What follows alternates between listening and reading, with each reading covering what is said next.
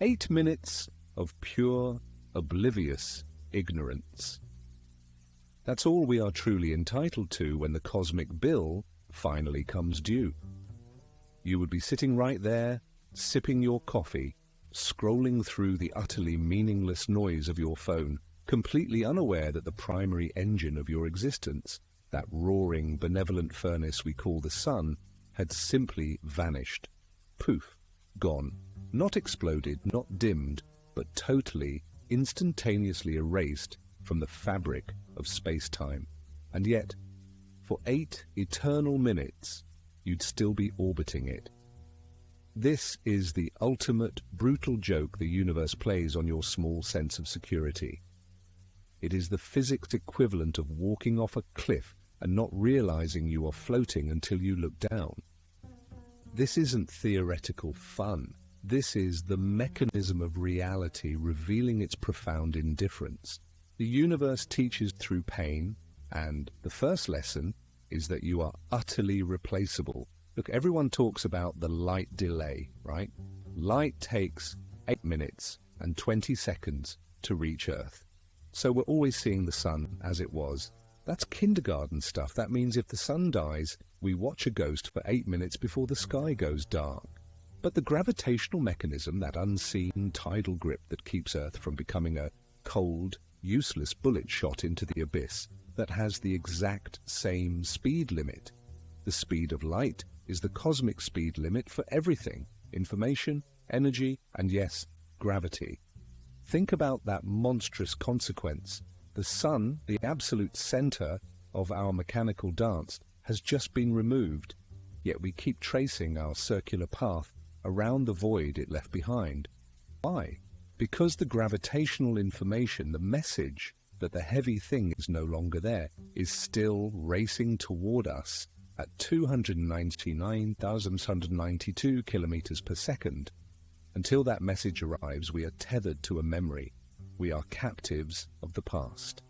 If you value the harsh, clean geometry of truth over the comfortable, fluffy lies we tell ourselves every morning, you need to understand exactly what happens in those final moments. You need to look closer at the clockwork, because what follows the darkness is the real lesson. The moment that gravitational signal hits Earth, everything breaks. The illusion shatters. We don't just go dark, we stop turning, we stop orbiting. We cease to be a planet and become an inertia problem. The common, soft interpretation of this scenario stops with the pretty darkness and the gentle cooling. That's a lie of comfort. The reality is violently simple. The centripetal force holding us in line evaporates instantly. The Earth, which is traveling at approximately 67,000 miles per hour, suddenly has zero reason to curve inward. It stops arguing with the sun. It doesn't wobble, it simply switches its trajectory. It begins a perfectly straight, perfectly useless path out of the solar system, screaming toward the dark, cold corners of the interstellar void. Straight line, no hesitation, pure inertia. The kind of efficiency only physics can deliver. Now here is the kicker, the true Stoic realization. When the 8 minutes are up, the light fails and the warmth dies, but the real catastrophe isn't the cold. That takes time. The real catastrophe is the immediate, non-negotiable end of order. The planet is ripped from its routine, and it all happens not through fire or brimstone, but through the silent, utterly predictable fulfillment of Newton's first law. Every single mechanism you rely on, every weather pattern, every tidal flow, every ecosystem delicately tuned to the sun's presence, is instantly invalidated. Do you honestly think that delicate biological machine you call a body is prepared for the sudden loss of the electromagnetic spectrum necessary for photosynthesis? Of course not. The cooling is inevitable, yes, but the immediate, systemic failure of all terrestrial life support happens long before you freeze solid. This isn't just a physical death, it's a cosmic dismissal. We are merely the byproduct of a convenient energy gradient, and once that gradient collapses, so do we. accept it. That is the only real preparation for existence. Your life is an 8-minute timer waiting to expire. 4392 characters. You think insulation helps? Nonsense. The planetary atmosphere, that thin, beautiful blue shroud we take for granted, stops being an envelope and becomes an instant conduit for energy loss. It radiates outward violently without resupply. The sheer vacuum of space is a hungry thing. Within hours, the surface temperature plummets far below anything recorded in human history. We are talking Antarctic deep freeze levels globally, but with a terrifying twist. The atmospheric column collapses its convection cycles. No more wind bringing warmth from the equator. No more jet stream mixing the layers.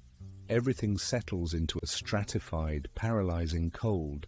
It's not a cozy winter, it's a cryogenic shutdown delivered at the speed of light's final echo. Now watch this terrifying mechanism unfold. You, the organism that requires a narrow variance of 20 degrees Celsius to function optimally, are suddenly fighting temperatures plummeting hundreds of degrees. Your internal heat generation is utterly irrelevant against the thermodynamic demands of the planet, trying to reach equilibrium with the absolute zero vacuum. You cannot win that fight. The oceans try to intervene. Yes, they are the great thermal flywheel, but even they lose 90% of their surface heat within the first week. Massive, instantaneous ice sheets form, not gently, but explosively, trapping life and crushing infrastructure. And if this detailed dissection of reality, the mechanics of your cosmic insignificance, feels more comforting than the pretty lie, then perhaps you belong here. Perhaps you value the awful, precise truth over easy delusion. The question is, are you listening, or are you just waiting for the happy ending that is never coming? The gravity death is not quiet either. The tidal locking mechanism, that subtle push and pull between Earth, Moon, and Sun, snaps like a guitar string. The great tidal bulges which kept the oceans in perpetual motion don't just vanish, they recoil. Imagine the entire Atlantic Ocean suddenly flattening. Massive, planet-scale tsunamis erupt on every coast, not caused by earthquakes, but by the sheer, instantaneous reorganization of planetary water mass. You have 67,000 miles per hour of linear motion, hundreds of miles per hour of oceanic chaos, and a temperature sinking so fast that the air in your lungs feels like powdered glass. This is the reality of thermodynamic collapse. You must stop believing the fantasy of slow decay. Now pause and consider the systems that fail long before the physical cold kills you. The power grid, gone of course because solar panels are now expensive slate, and wind turbines rely on patterns of thermal change that no longer exist. The communication networks, they rely on satellites orbiting a planet now rushing uncontrollably toward the Oort cloud. And here is the truly insidious part. The thing that separates those who face reality from those who hide, the Earth's magnetic field. It is largely generated by the internal convection of the core, powered by heat, and the inertia of the spin. When the external forces governing the spin are instantly destabilized, what happens to that protective bubble? We don't know, not fully, but rapid changes in spin rate generate catastrophic stresses, meaning the entire electromagnetic shield protecting us from interstellar radiation flickers. It might just turn off. If you understand that true power lies in anticipating the collapse of complex systems, not just observing their results, then you are part of the few who see the gears turning. This channel is built for those few. Join us. Think about the psychological toll, you standing there watching the infinite night. You are a creature of rhythm. You are tuned to the sunrise, the sunset, the solar clock. What happens when the only light is the frozen glow of distant stars and the panicked glare of municipal power rapidly failing? The diurnal cycle is obliterated. The deepest, oldest parts of your brain scream panic, not fear of cold, but existential disorientation. Every instinct, every pattern of sleep, hunting, socializing is predicated on the cyclical nature of light and dark. Without the primary energy input, the world becomes an endless, static, silent trauma ward. Your circadian rhythm dissolves into meaningless noise. Sleep becomes impossible because your body knows, fundamentally, that something critical is missing. The darkness is not restful. It is oppressive. It is absolute. Will people cling to hope? Yes. They will try to find geothermal vents, try to use nuclear power, try to convert the stored energy of a dead world. They are fundamentally misunderstanding the scope of the problem. They aren't fighting a cold snap. They are fighting the end of the energy potential necessary for complex chemistry. Life is merely the sun processing chemicals through biology. When the furnace dies, the process ends. You can huddle around a fire, but that fire burns local, finite material. The planet demands continuous, massive energy influx. Anything less is merely a delay of execution. The clock hasn't just stopped. The very mechanism of time, as measured by a star, has vanished. The final verdict, then, is brutal. We are utterly, embarrassingly reliant on one star 8 minutes away. The universe offers no redundancy, no backup generator. Our civilization, our biology, our very sense of purpose is a transient, fragile consequence of solar stability.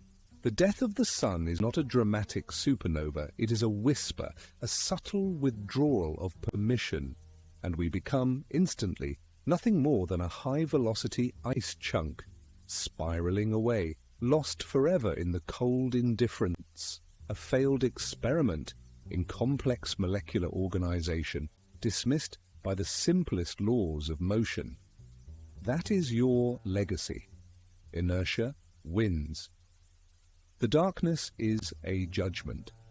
It is the instant erasure of every complex system we believed infallible.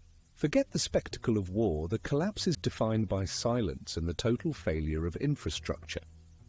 Your smart city becomes a monumental tomb of dead glass and metal.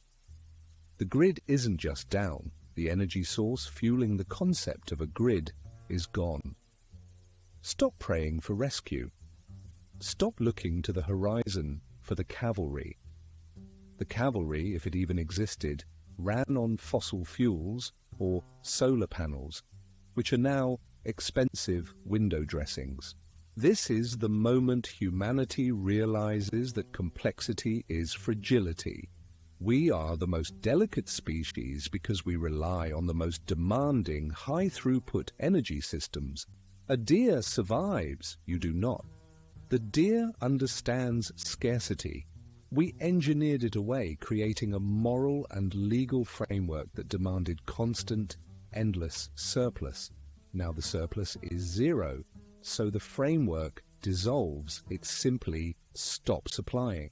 You think society protects you? No, society is an elaborate energy transaction. When the power stops, so does the contract.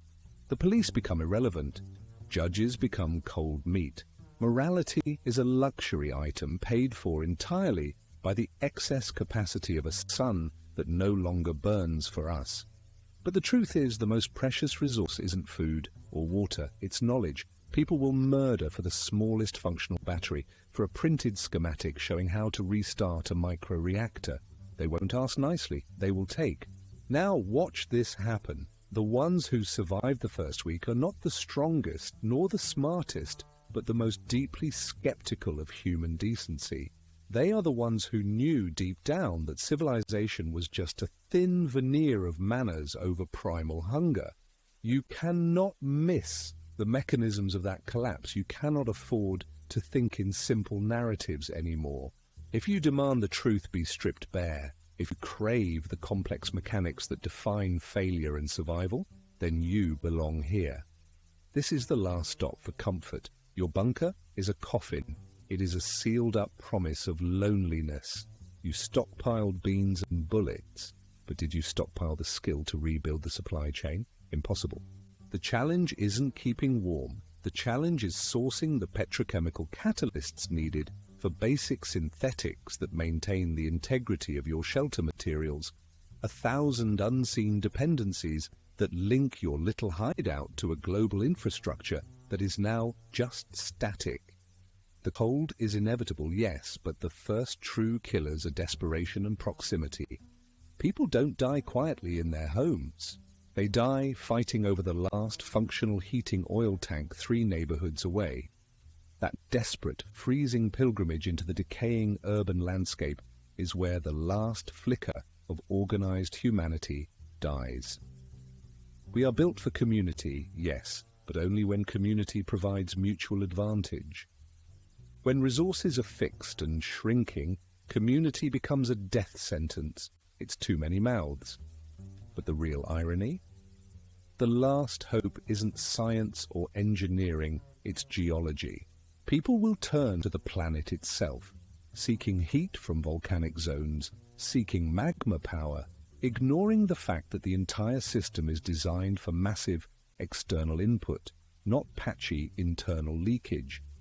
They will huddle in pathetic, steaming little settlements near Yellowstone or Iceland, praying the core doesn't cool, which it inevitably must. They'll build tiny, frantic nations of ice eaters, burning anything, books, furniture, the bodies of the dead, to maintain a thermal footprint large enough to stave off crystallization, and they will justify the atrocities required to protect their minuscule heat bubble by inventing new, darker gods. Gods of the deep earth. Gods of the unburning fire. Religion always thrives when physics fails. You think people will maintain their enlightened secularism as their fingers turn black? Never. They will regress past the Stone Age in weeks, back to a terrifying, desperate tribalism where every shadow holds a threat and every resource is justification for bloodshed. Remember this. When the sun dies, the only viable philosophy left is immediate, violent acquisition. Every historical lesson about resource wars will be replayed, faster, colder, and with zero chance of peace because there is no tomorrow to negotiate toward. There is only the long, final dusk. Serenity is a lie. Control is an illusion. We are merely biological puppets dancing to the rhythm of stellar fusion. And when the music stops, we drop. Permanently. We were never special. We were just warm. Inertia always wins. You must accept that. We lie constantly about our strength. We call it resilience. It is not. It is denial disguised as virtue, a pathetic faith that the infrastructure will hold just long enough for someone else to find a solution. The truth is, we are structurally soft, inherently soft. We built a civilization designed exclusively to shield us from consequence, to engineer away every necessary hardship, every sharp edge, every genuine threat. We created an anesthetic culture where the highest moral failing is merely to offend or inconvenience another soul. This isn't progress. This is the ultimate fragility test. We mistake comfort for competence. We confuse negotiated bureaucratic peace with actual, earned strength. You look around, you see the terrifying softness of modern man. When the cold hits, when the grid collapses, the entire moral architecture of the modern West collapses instantly because it was never built on rock. It was built on climate-controlled central air and guaranteed Amazon Prime delivery. That was the entire foundation. Remove the insulation, and the whole temple shivers apart. Now the stoic hardcore position enters the chat. Pain is the teacher, they say. This dying sun, this is the PhD of pain. This is the final, endless examination where the only acceptable passing grade is survival through absolute, ruthless efficiency. The tuition is everything you ever held sacred. The price of survival demands instantaneous, brutal triage. This is where you truly find out what philosophy is worth when it's tested, not by academic debate, but by starvation. You want the Stoic ideal? This is it. recognizing the vast, cold mechanism of the cosmos and understanding that your feelings, your compassion, your sense of fairness, they are statistically meaningless. They are biological noise. They are luxuries reserved only for surplus energy budgets. You eliminate the waste. You eliminate the liabilities. It's not cruelty. Don't call it evil. That grants it a moral weight it doesn't deserve. Call it necessary mathematics. The cold does not judge you. The empty fuel tank does not care about your intentions. It only cares about volume, density, and thermal capacity. Pity is a caloric sink. Compassion is negative utility. You must discard them both or freeze holding hands with a corpse. The betrayal of the self is the final stage. The most terrifying enemy won't be the cold outside your shelter. It will be your own mind turning against you, the slow, creeping understanding that nothing you do matters except for the next breath, the next meal, the next tiny spark of heat. This is where meaning dies, and when meaning dies, we crawl back to the dark places. The old gods return, not sleek and enlightened, but twisted, hungry, demanding sacrifice for warmth. Since there is no actual meaning in cold, indifferent physics, we invent it. We invent monsters to fight. We invent rituals to justify why the neighbor must die and why we get the last handful of scavenged grain. We need a reason to kill because without a higher purpose, however vile, humanity cannot stomach the sheer randomness of its own inevitable end. So we make it personal. We call the others the unchosen. We call our meager fires sacred. This psychological deterioration is guaranteed because the human animal cannot tolerate sustained nihilism. It will invent hope or God or darkness just to keep moving. But this manufactured purpose is poisonous. It forces you to look away from the physical reality right in front of you, the fact that the temperature continues to drop regardless of how many rituals you perform. The irony? While we are killing each other for fuel, the ultimate source of planetary catastrophe, the deep reservoirs of ancient methane trapped in the ice caps, locked away by the very cold that now threatens us, will remain locked. We cannot reach the bounty beneath the permanent ice. It taunts us, a vast, inaccessible fuel reserve just miles below the dying settlements, refusing to be our savior. We are left with only the pathetic scraps on the surface. We will fight over rusted cans, over broken glass shards used as knives, over the last shred of dignity, while billions of calories worth of carbon sit perfectly preserved, indifferent to our misery. The planet offers the antidote, but the planet is guarded by its own cold fury. This is the final cosmic joke. We will kill each other not for abundance, but for absolute scarcity, ignoring the massive, preserved wealth just out of reach. The lesson? You were never in control, not of the sun, not of the earth, and certainly not of yourself when the stakes are existential. The only thing you ever truly own is the moment you decide to face the absolute void without screaming. That is the final desolate victory. That is the only measure of true character left. You were never in control, not of the sun, not of the earth, and certainly not of yourself when the stakes are existential.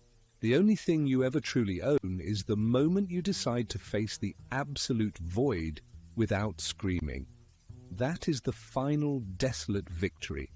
That is the only measure of true character left, and yet almost no one achieves it. We flinch, we manufacture the screaming, we generate noise to cover the silence of cosmic indifference.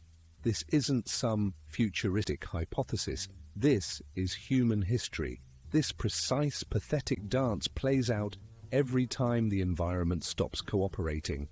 Look at Jamestown, the first settlers in Virginia. They stepped onto land that was, by all accounts, a biological paradise. Oysters the size of your hand, forests teeming with game, rivers clogged with massive fish, they could practically scoop out with a bucket. Abundance was the ambient noise of that ecosystem. What did they do? They starved, they ate their horses, they ate their dogs. Then, the real horror, they ate each other. Cannibalism erupted not because the land failed them, but because their ideology failed them. They had access to infinite wealth, to resources that could have sustained a city, yet they insisted on dying of starvation because they were obsessed with finding gold and forcing the indigenous population to feed them. They refused to till the land themselves. A gentleman, they believed, does not dig. This was the trap.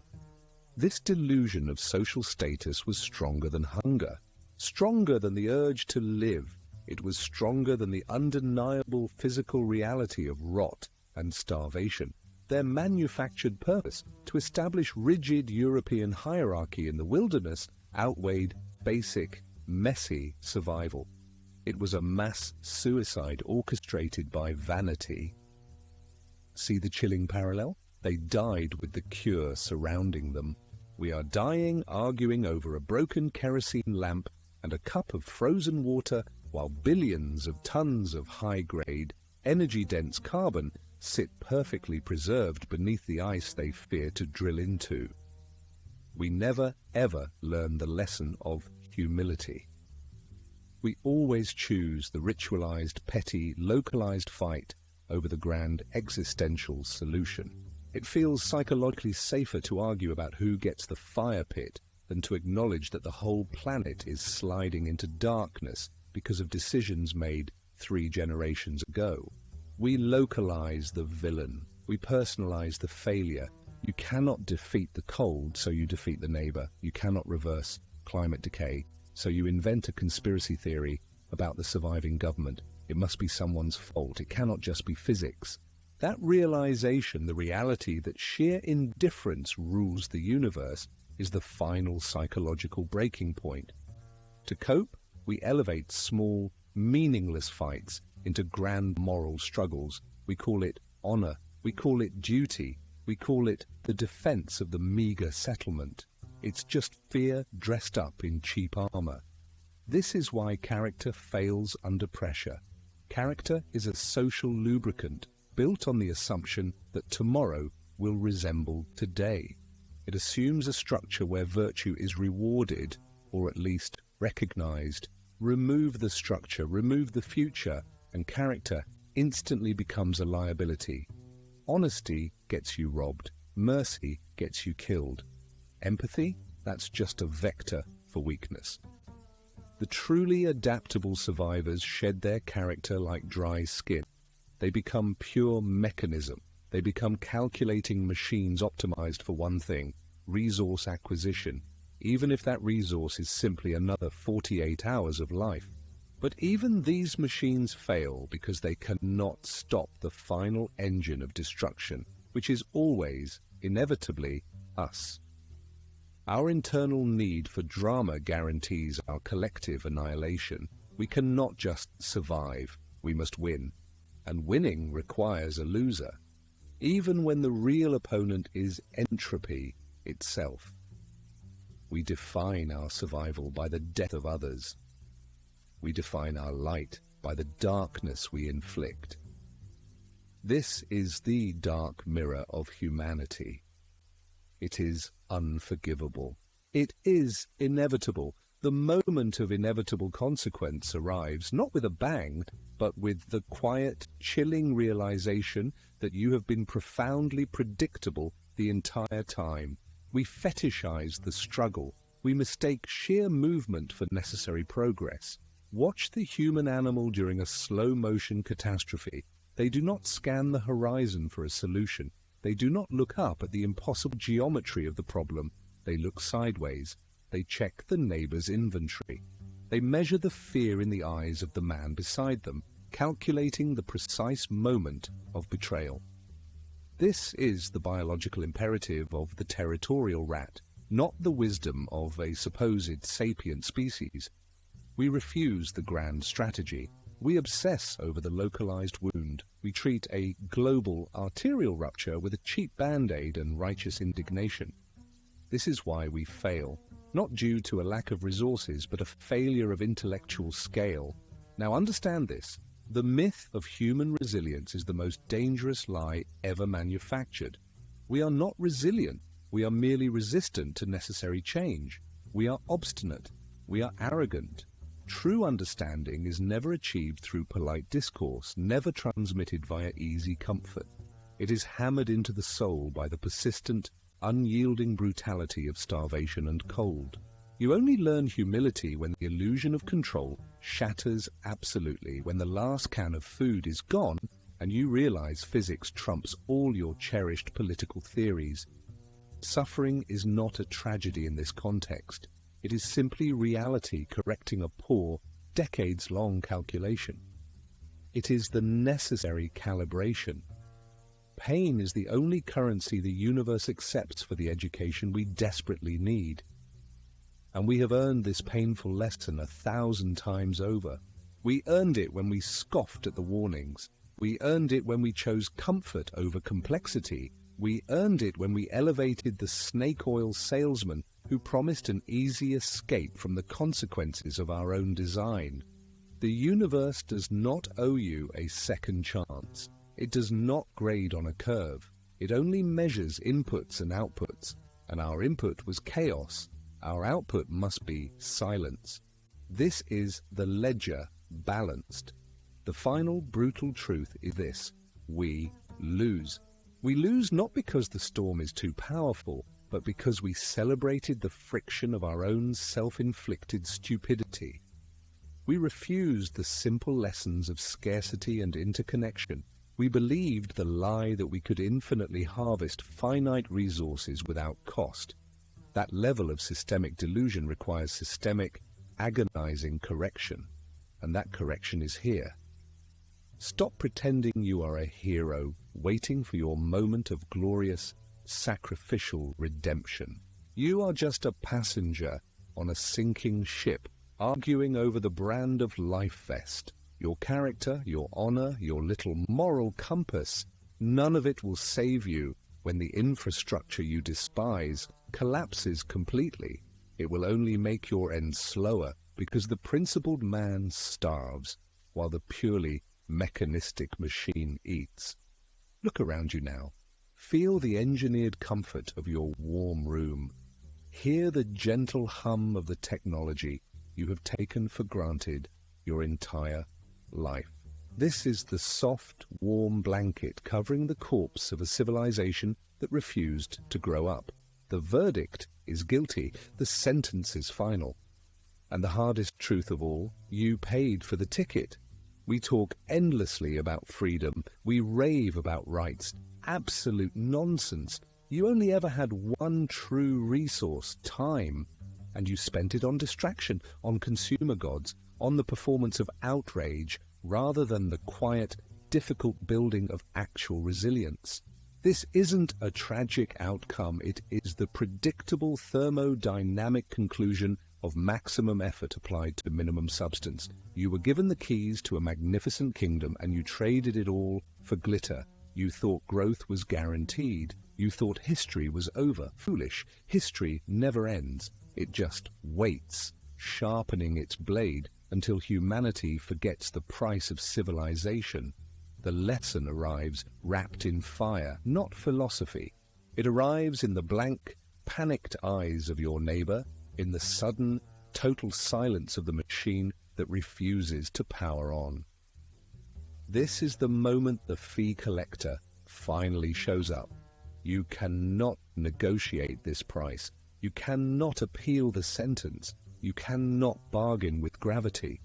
The great experiment has concluded. The verdict is not merely failure. The verdict is structural incompetence. The system didn't fail us. We failed the system by refusing the burden of its maintenance. The debt is paid in full. The noise dies down. The arguments fade into echoes. The clarity that remains is simple, cold, and utterly unforgiving. The infrastructure will rot, the steel will rust, and the only monuments left standing will be the silent mountains, laughing at the sheer brevity of our little, loud empire. The earth has absorbed the damage. It shakes us off like a fleeting irritation. We never controlled the game, we just rented the table. And the lease is up. That quiet, immediate terror you feel when you grasp that truth, that is your final, mandatory education. You asked for ease.